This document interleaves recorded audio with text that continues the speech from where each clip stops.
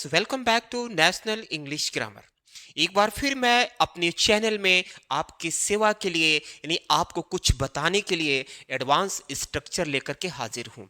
Friends, आज हम अपने वीडियो लेक्चर में आपको नीड का प्रयोग बताने वाला हूँ। नीड का प्रयोग अक्सर नीड के प्रयोग से जरूरत है या आवश्यकता है। जब भी किसी व्यक्ति को किसी काम की जरूरत पड़ती है या आवश्यकता पड़ती है तो उस कंडीशन में आज हम नीड का प्रयोग करेंगे। देखिए, नीड के प्रयोग में आज हम लोग प्रेजेंट सिंपल में जरूरत है या चाहिए का मतलब निकालेंगे। ठीक, इसके लिए आप सबसे पहले हिंट पर ध्यान देंगे। हिंट ये है कि अगर आपके सब्जेक्ट प्लूरल होते हैं, प्लूरल यानी बहुवचन, तो आप ओनली नीड का प्रयोग करेंगे। इनके सब्जेक्ट सिंगुलर होते हैं, ही, सी, इट, नेम, तो नीड में एस लगाएंगे। आप जानते हैं कि present simple and present simple tense में प्लूरल सब्जेक्ट होने पर वर्ब की फर्स्ट फॉर्म लगता है और सिंगुलर सब्जेक्ट होने पर वर्ब में एस या ईएस लिखता है। The same condition is being applied here. एकदम वही स्थिति यहां पर भी लागू किया जा रहा है। देखिए, सबसे पहले स्ट्रक्चर में आप सब्जेक्ट लिखेंगे। सब्जेक्ट के तुरंत बाद नीड या नीड्स ऑब्जेक्ट, जिस भी ऑब्जेक्ट का जिक्र किया जाएगा, किसी वस्तु का जिक्र किया जाएगा, उसे लिखेंगे और एटसेट्रा। एटसेट्रा मतलब इत्यादि।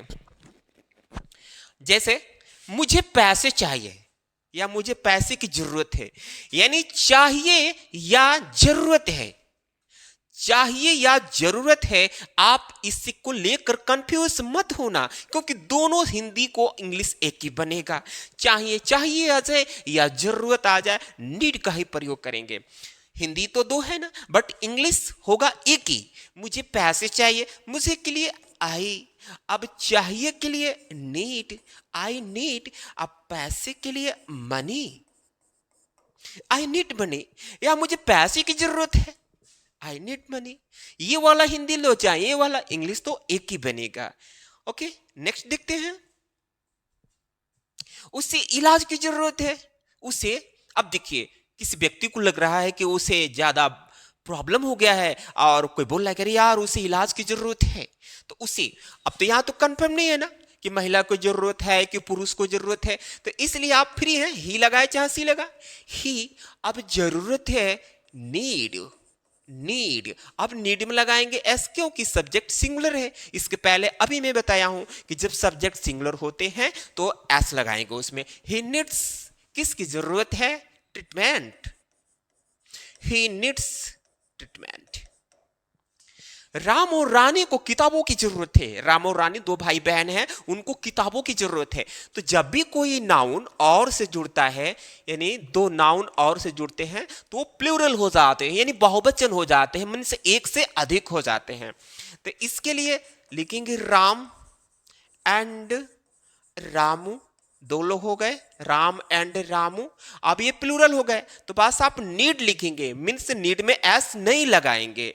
रामू नीड, राम एंड रानी है ना, रानी, सॉरी, यहां पर रानी लिखेंगे। Ram and Rani need books, books, Ram and Rani need books.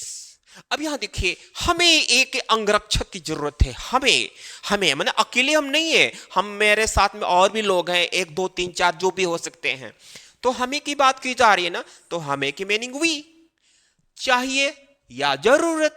यहां पर चाहिए या जरूरत कुछ भी हो, उसके लिए लिखेंगे नीड एक अंगरक्षक, अ बॉडीगार्ड, अ बॉडीगार्ड, देख रहे हैं ना, तो वी नीड अ बॉडीगार्ड। उसे इलाज की जरूरत है, ही नीड्स ट्रीटमेंट। राम और रानी को किताबों की जरूरत है, Ram and Rani need books. हमें एक अंगरक्षक की जरूरत है, we need a bodyguard. Guys, अगर इसी बात को नेगेटिव में बोला जाए नहीं लगा करके, तो उसके लिए क्या करेंगे, देखिए कैसे। सबसे पहले आप, अगर सब्जेक्ट सिंगुलर होता है तो डोंट नीड का प्रयोग करेंगे। डोंट करो, डोंट प्रयोग करो या डू नॉट करो, बात एक ही है। आप फ्री हैं, डोंट लिखिए या डू नॉट लिखिए। अगर सब्जेक्ट सिंगुलर होते हैं तो डजंट लिखो। डजंट का मतलब डज नॉट होता है।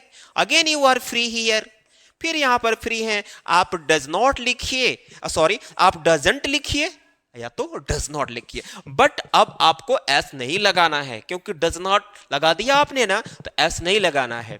तो subject does not, don't need या डजंट नीड, उसके बाद ऑब्जेक्ट एटसेट्रा आता है तो लिखेंगे, नहीं तो नहीं लिखेंगे। ओके, तो इससे रिलेटेड हम एग्जांपल देखते हैं।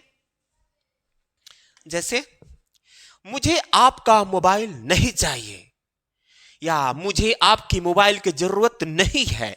तो मुझे आया आई के साथ don't need, I don't need आपका mobile, your mobile, your mobile, I don't need your mobile.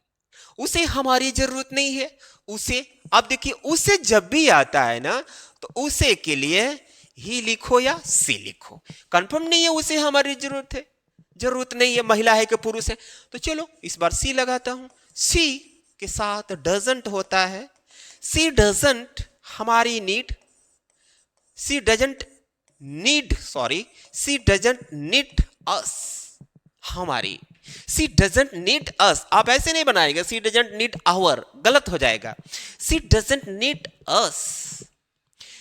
लेकिन गाइज अगर इसी बात को नीड का प्रयोग हम इंटरोगेटिव में करें, इंटरोगेटिव जैसे कि हिंदी की शुरुआत में क्या आ जाए, या तो यही क्या लास्ट में आ जाए, तो सेंटेंस में प्रभाव, अंग्रेजी में कोई प्रभाव पड़ने वाला नहीं होगा, मीन्स एक ही तरह के अंग्रेजी बनेगा। यहां देखिए ना, पानी चाहिए क्या, मन लग रहा है कि सामने वाला खाना खा रहा है और उसको हिकअप होने लगी, खाना फंस गया, पानी चाहिए क्या, या क्या पानी चाहिए, क्या आपको पानी चाहिए।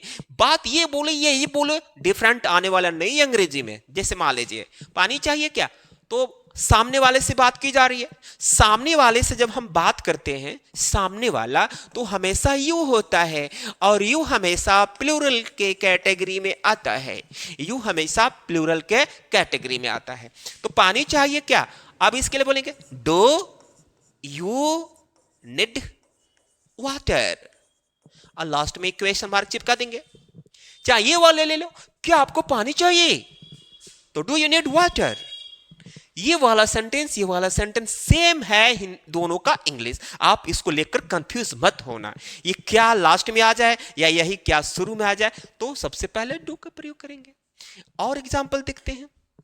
जैसे मान लीजिए उसे मेरी मदद चाहिए क्या, या क्या उसे मेरी मदद चाहिए। देखिए दोनों सेंटेंस में यहां लिखा हूं ताकि आप कंफ्यूज ना हो। उसे मेरी मदद चाहिए क्या, या क्या उसे मेरी मदद चाहिए, दोनों सेंटेंस को एक ही तरह से इंग्लिश बनाएंगे। चाहिए क्या, तो उसे आया ना, उसे आया ना, मैं भी बोला हूं उसे की मीनिंग ही या तो सी लिखो। ओके, तो जब ही और सी होगा तो ही सी हमेशा अपने साथ डजलेट लेते हैं, डज का प्रयोग कराते हैं, तो इसलिए आप सबसे पहले डज लिखेंगे। डज लिखने से क्या का मतलब निकला, या यहां पर क्या का मतलब निकला, उसे के लिए कोई एक मान लो ही। अब चाहिए डज ही नीड, हम मेरी मदद की बात कर रही है, मेरी मदद की बात करें, does he need my help, does he need my help. Guys अगर आप मेरे चैनल पर नए हो तो वीडियो को लाइक करके चैनल को सब्सक्राइब कीजिए।